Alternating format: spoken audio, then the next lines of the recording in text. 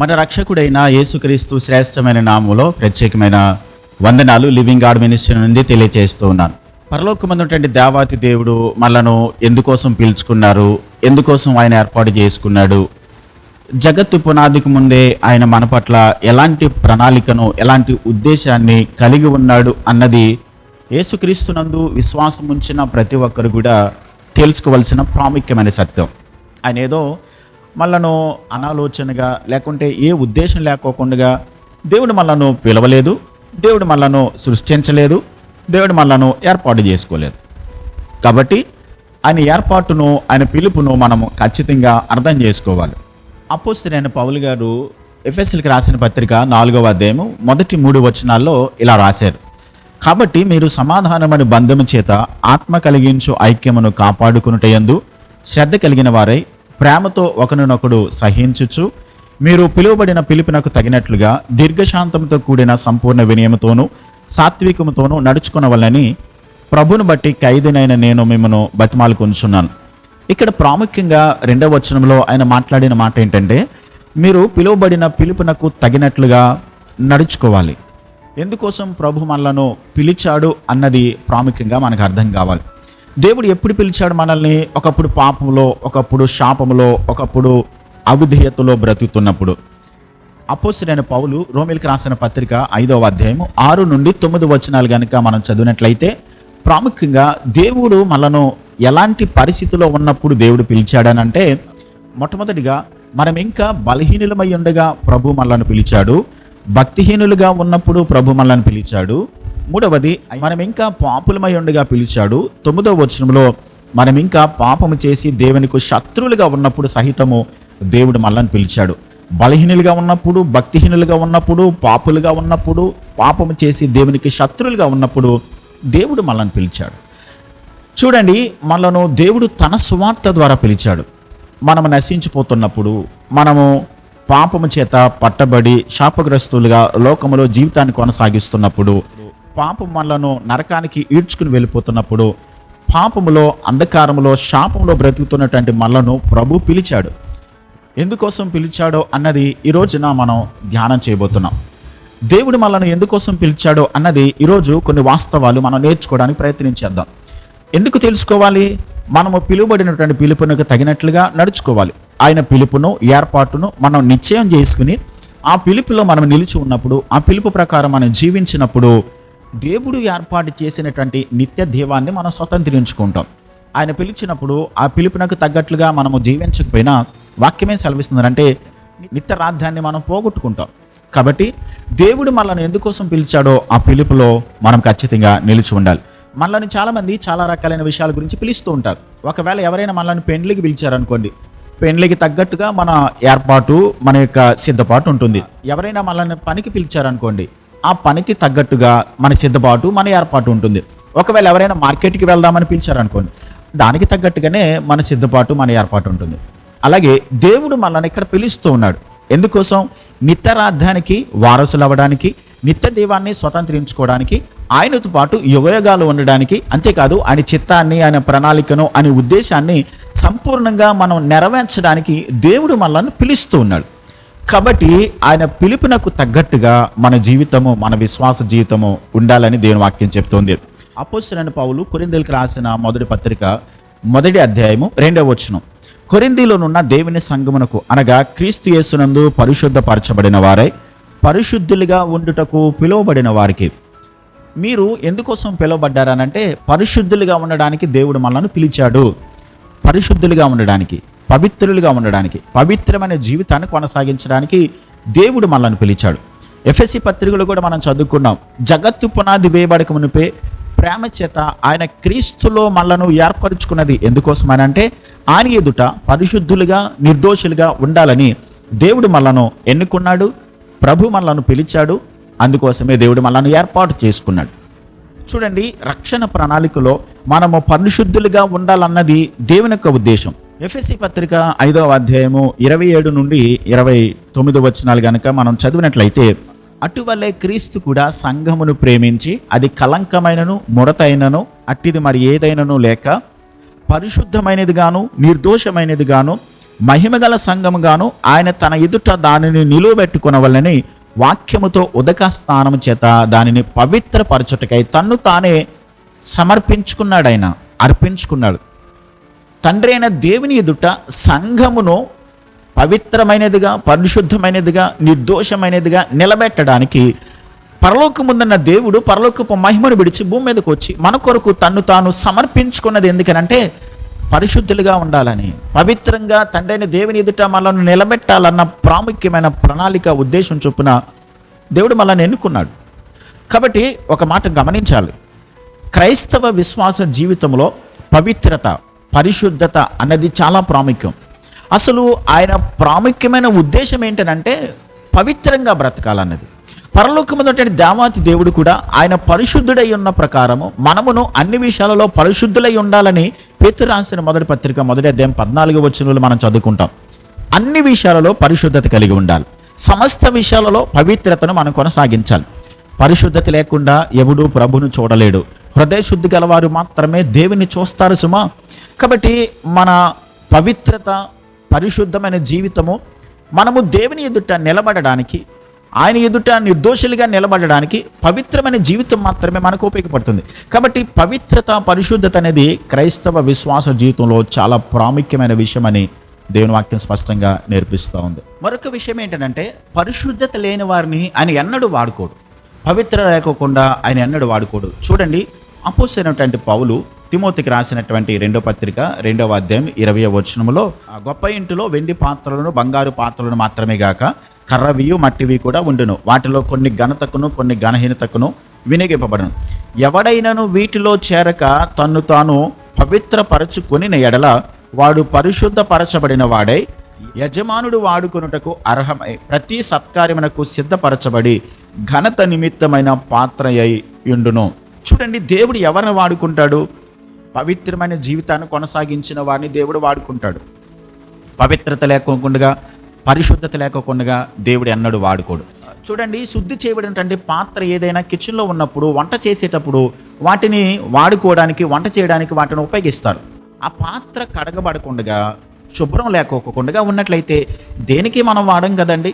ఒక వంట చేయడానికి శుభ్రం చేయబడినటువంటి పాత్రలు ఎలాగైతే వాడతామో, పవిత్రమైనటువంటి జీవితాన్ని కలిగిన వారిని మాత్రమే దేవుడు తన పని కోసం వాడుకుంటాడు. ఆయన పరిశుద్ధుడు, ఆయన నీతిమంతుడు, ఆయన నీతి న్యాయం కలిగినటువంటి దేవాతి దేవుడు. కాబట్టి పరిశుద్ధుడైన దేవుడు ఎవరినైనా వాడుకోవాలనంటే పవిత్రత కలిగిన వారిని మాత్రమే వాడుకుంటాడు. కాబట్టి ఆయన మనల్ని పిలిచింది ఎందుకోసం అంటే పవిత్రులుగా బ్రతకడానికి, పవిత్రమైన జీవితాన్ని కొనసాగించడానికి. కాబట్టి పరిశుద్ధత, పవిత్రత అనేది దేవుని యొక్క చిత్తములో, ఉద్దేశంలో చాలా ప్రాముఖ్యమైనది. పరిశుద్ధత అన్నది మన మనసుకు సంబంధించింది. చాలామంది ఏమని చెప్తారనంటే మన శరీరంతో చేసినటువంటి పాపము మన ఆత్మకు అది అంటుకోదు, కాబట్టి మనము శరీరంతో ఎలాంటి పాపం చేసినప్పటికీ కూడా పర్వాలేదు అన్నట్టుగా వారు మాట్లాడుతుంటారు. గమనించండి, మనము ప్రకటన గ్రంథము 2వ అధ్యాయంలో నికోలాయితుల క్రియలను నీవు ద్వేషించుచున్నావు అని ఎఫెసీ సంఘాన్ని గురించి ప్రభు మాట్లాడాడు, యేసుక్రీస్తు ప్రభు. నికోలాయితుల క్రియలు అంటే ఎలాంటివనంటే వారు భౌతిక సంబంధమైనటువంటి దేహంతో మనం ఎలా బ్రతికినా, ఎలాంటి పాపంలో జీవించినా, ఎలాంటి అపవిత్రతలో జీవించినప్పటికీ కూడా మన ఆత్మకు ఆ పాపం అంటుకోదు, కాబట్టి శరీరంతో ఏ పాపం చేసినా పర్వాలేదంటారు. అది ఎలా కుదురుతుందండి? మనం చేసినటువంటి పాపపు ఆలోచనను బట్టి మన శరీరము పాపం చేయడానికి ప్రేరేపించబడుతుంది. కాబట్టి పాపమునకు ప్రాథమికమైనటువంటి కేంద్రం ఏదనంటే మన మనసు, మన ఆలోచనలు, మన తలంపులు. కాబట్టి పాపం అనేది అక్కడ ప్రారంభించబడింది. కాబట్టి మన ఆలోచనల ద్వారా చేసినటువంటి పాపపు ఆలోచనలు, మన మనసు ద్వారా, మన తలంపుల్లో చేసినటువంటి పాపపు ఆలోచనల ద్వారా మన శరీరము పాపం చేయడానికి ప్రేరేపించబడుతుంది. కాబట్టి మన ఆలోచనల ప్రకారము దేహంతో పాపం చేశాం, కాబట్టి మనము పాపులుగానే ఎంచబడుతున్నాం. కాబట్టి మనము దేహముతో చేసినది ఆత్మకు సోకదు అన్నది అది చాలా విపరీతమైనటువంటి అబద్ధ బోధ. వాక్యం ఏం చెప్తుందంటే పవిత్రత, పరిశుద్ధత అనేది దేవుని దృష్టిలో చాలా ప్రాముఖ్యమైనది. పరిశుద్ధంగా బ్రతకకపోతే, పవిత్రంగా జీవించకపోతే ఏమవుతుంది? ఏం జరుగుద్ది? అపోస్తలుడైన పౌలు దెస్సలోనికీయులకు రాసిన మొదటి పత్రిక 4వ అధ్యాయము 3 నుండి కొన్ని వచనాలు చదువుదాం. మీరు పరిశుద్ధులగటియే, అనగా మీరు జారత్వమునకు దూరంగా ఉండుటయే దేవుని చిత్తం. మీలో ప్రతివాడును దేవుని ఎరుగని అన్యజనుల వలె కామాభిలాష యందు కాక పరిశుద్ధత యందును ఘనత యందును తన ఘటమును ఎట్లు కాపాడుకొనవలనో అది ఎరిగి ఉండుటయే దేవుని చిత్తం. ఈ విషయమందు ఎవడును అతిక్రమించి తన సహోదరునికి మోసం చేయకుండవలెను. ఎందుకనగా మేము పూర్వం మీతో చెప్పి సాక్ష్యం ఇచ్చిన ప్రకారము ప్రభువు వీటన్నిటి విషయమై ప్రతిదండన చేయను. పరిశుద్ధులగటకే దేవుడు మనల్ని పిలిచెను కానీ అపవిత్రులుగా ఉండుటకు పిలువలేదు. వాక్యం సెలవిస్తోంది. పవిత్రంగా జీవించకపోతే ఏమవుతుందనంటే వీటన్నిటి విషయమై దేవుడు ప్రతిదండన చేయబోతున్నాడు. మనలను పవిత్రులుగా చేయడానికి పరలోకమందున్నటువంటి దేవాతి దేవుడు తన మహిమను విడిచి, తన యొక్క ఆధిక్యతను విడిచి, తనకున్న సమస్తాన్ని కూడా ఆయన త్యాగం చేసి భూమి మీదకు వచ్చి మనలను పవిత్రులుగా చేయడానికి తన శరీరంలో ఉన్నటువంటి రక్తం అంతటిని కూడా మన కోసం చిందించి మనలను పవిత్రపరచడానికి ఆయన చేయాల్సిన పనులన్నీ కూడా చేసి మనలను పవిత్రపరచిన తర్వాత మనం పవిత్రంగా జీవించకపోతే మనము చేసిన ప్రతి పాపమునకు తగిన ప్రతిదండన దేవుడు ఖచ్చితంగా ఇవ్వబోతున్నాడు. మరొక మాట ఏంటంటే ఆయన కక్ష తీర్చుకుంటాడు. ఎందుకనంటే మన కోసం చేయాల్సిన త్యాగమునంతటిని కూడా ఆయన చేసి మనలను కడిగి పవిత్రపరిచి ఈ ప్రపంచ ధర్మము చొప్పున నడుచుకుంటున్న మనలను ప్రభువు ప్రేమించి తన ప్రాణం ఇచ్చి కొనుక్కున్న తన సొత్తుగా జీవించాలని దేవుడు మనల్ని ఏర్పాటు చేసుకుంటే ఇంకా లోకములో ఏదైతే ఒకప్పుడు కాదనుకుని విడిచిపెట్టి వచ్చామో మరలా దానివైపు తిరిగి వెళ్ళినట్లయితే వాక్యం చెప్తుంది ఆయన ప్రతిదండన చేయబోతున్నాడు, కక్ష తీర్చుకుంటాడు. దేవుడు మనల్ని పిలిచింది పవిత్రులుగా ఉండడానికి, అపవిత్రులుగా ఉండడానికి కాదు. మనకు నచ్చినట్లుగా మన ఇష్టానుసారంగా జీవించడానికి దేవుడు మనల్ని పిలవలేదు. పవిత్రులుగా బ్రతకాలని, పరిశుద్ధులుగా జీవించాలని దేవుడు మనల్ని పిలిచాడు. కాబట్టి పవిత్రత, పరిశుద్ధత అనేది దేవుని దృష్టిలో చాలా ప్రాముఖ్యమైనది. మనం అనవచ్చు, ఏవండి పవిత్రంగా బ్రతకడం, పరిశుద్ధంగా బ్రతకడం ఈ లోకంలో సాధ్యం కాదండి. మనము అవిధేయత కలిగినటువంటి ప్రపంచంలో బ్రతుకుతున్నాం. మన చుట్టూ ఎక్కడ చూసినా పాపమే, మనం ఎటు చూసినా అన్యాయమే, ఎక్కడ చూసినా అక్రమమే జరుగుతుంది. ఇలాంటి పాపపు ప్రపంచంలో పరిశుద్ధంగా బ్రతకడం, పవిత్రంగా జీవించడం అది సాధ్యం కాదు అని చాలామంది మాట్లాడవచ్చు. వాక్యమే సెలవిస్తుందనంటే యేసుక్రీస్తు ప్రభు భూమి మీదకి వచ్చినప్పుడు ఆయన సంపూర్ణంగా మానవుడు, సంపూర్ణంగా దేవుడు. ఆయన భూమి మీద ఆయన బ్రతికినప్పుడు 33.5 సంవత్సరాల్లో ఎన్నడూ ఏ పాపము చేయలేదు. ఆయన నాలో పాపం ఉన్నదని మీలో ఎవడైనా స్థాపించగలడని ప్రపంచానికి ఆయన ఛాలెంజ్ చేశాడు. మన వలే ఆయన శోధింపబడ్డాడు, మన వలే ఆయన శోధనకు గురయ్యాడు. కానీ ఏమాత్రము కూడా ఆ శోధనకు లొంగిపోలేదు. ఆయన శోధనకు తాను అప్పగించుకోలేదు. శోధనను ఆయన జయించాడు. ఆ శోధనలో తండ్రికి అప్పగించుకున్నాడు, తాను నియంత్రించుకున్నాడు. ఆయన తాను దేవుని కొరకు పవిత్రంగా బ్రతకాలి అన్న ప్రాముఖ్యమైనటువంటి ఆయన తండ్రి చిత్తాన్ని నెరవేర్చడానికి భూమి మీద ఆయన పవిత్రంగా జీవించాడు. మనవలే శోధనలు ఎదుర్కొన్నాడు. ఆయన ఆలోచన విషయంలో, తలంపుల విషయాల్లో. ఏవండి మనం ఏదైతే ప్రతిదినమో టెంప్టేషన్స్ ఎదుర్కొంటున్నామో అలాంటి శోధనలు కూడా ఆయన ఎదుర్కొంటూ కూడా ఏ పాపం లేనివాడిగా పవిత్రంగా బ్రతికాడు. ఆయన దేవుడు కాబట్టి పవిత్రంగా బ్రతకగలిగాడు. మనకి సాధ్యం కాదండి అలా జీవించడం అని చెప్పి మాట్లాడవచ్చు. ఒక మాట చెప్పమంటారా? పాత నిబంధన గ్రంథంలో యోసేపు మనకు కనబడతాడు. ఆయన దగ్గర బైబిల్ లేదు, ఆయన యవనస్తుడు. ఇప్పుడున్నంత వాక్యపు అవగాహన యోసేపుకి తెలియదండి. పరాదేశంలో ఉన్నాడు, తనకి తెలిసిన వారు ఎవరూ లేరు. అయినప్పటికీ కూడా శోధన ఆయన మీదకి ముంచుకొచ్చింది. ఒకటి ఆయన నిర్ణయించుకున్నాడు. పోతీఫరు భార్యతో చెప్తూ ఆయన ఏమంటున్నాడంటే, ఈ గదిలో ఎవరు లేరు, నీవు నేను తప్ప, కానీ మన మధ్యలో దేవుడు ఉన్నాడు సుమా.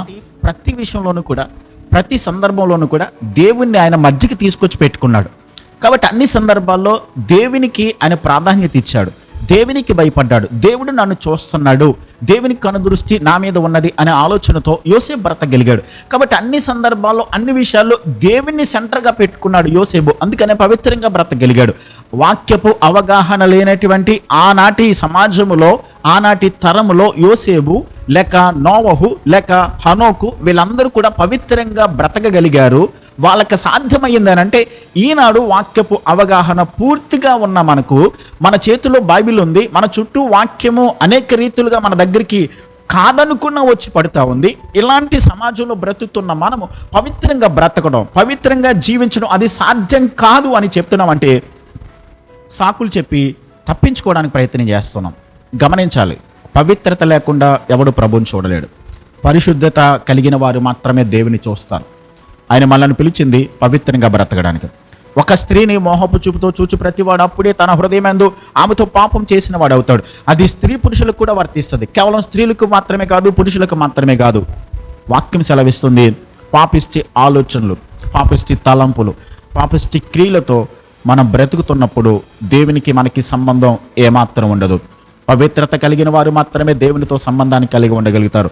పరిశుద్ధమైన జీవితాన్ని కొనసాగించినప్పుడు మాత్రమే దేవుని ఏర్పాటు చేసినటువంటి ఆశీర్వాదాన్ని మనం పొందుకుంటాం. పవిత్రంగా బ్రతికినప్పుడు మాత్రమే దేవుని యొక్క రాజ్యాన్ని మనం స్వతంత్రించుకుంటాం. సుమా, గమనించాలి.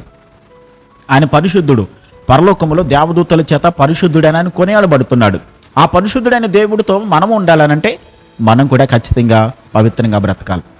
పవిత్రంగా బ్రతకడానికి ఒక మాట ఏంటనంటే, ప్రతిరోజు వాక్యాన్ని చదవడం, ప్రతిరోజు వాక్యాన్ని ధ్యానించడం, ప్రతిదినం వాక్యాన్ని సారంగా జీవించడానికి ప్రయత్నించడం. పరిశుద్ధంగా జీవించాలంటే దేవునికి భయపడాలి. దేవుడి భయం మనలోకి ఎలా వస్తుంది? 119వ కీర్తన 39వ వచనంలో, నీవు ఇచ్చిన వాక్యము మనుషులలో నీ భయమును పుట్టించుచున్నది. దేవుడు మన హృదయాలలో దేవుని భయము మనలోకి రావాలనంటే దేవుని వాక్యాన్ని మనం చదవాలి. ప్రతిదినము దేవునితో సహవాసాన్ని కలిగి ఉండాలి. పరిశుద్ధులతో సహవాసాన్ని, సంబంధాన్ని కలిగి ఉండాలి. సహవాసము, ఫెలోషిప్ అన్నది దేవుడు మనకి ఏర్పాటు చేసిన గొప్ప ప్రాముఖ్యమైన ఆధిక్యత. సంఘములో పరిశుద్ధుల సహవాసములు మనం కొనసాగుతున్నప్పుడు, ప్రతిదినము ప్రార్థన ద్వారా దేవునితో సమయాన్ని గడుపుతున్నప్పుడు పవిత్రంగా బ్రతకడానికి మనకి సహాయపడుతుంది. దేవుని వాక్యమేనండి మనల్ని పవిత్రంగా బ్రతకడానికి సహాయపడేది. మనం అనుకోవచ్చు పవిత్రంగా బ్రతకడం సాధ్యం కాదని. సాధ్యం అవుతుంది. మనకు కష్టమైన దానిని, మనం చేయలేని దానిని, మనము జరిగించలేని దానిని దేవుడు మన మీద బలవంతంగా తీసుకొచ్చి మన నెత్తి మీద పెట్టి ఇది చేయండి అని చెప్పని బలవంతం చేసే దేవుడు కానే కాదు. మనల్ని పరిశుద్ధంగా బ్రతకమని ఆయన ఆజ్ఞాపించాడనంటే అది మనం చేయగలం, అది మనకి సాధ్యమవుతుంది. మనం ప్రయత్నిస్తే అలా జీవించడానికి, అలా బ్రతకడానికి మనకు సాధ్యమవుతుంది.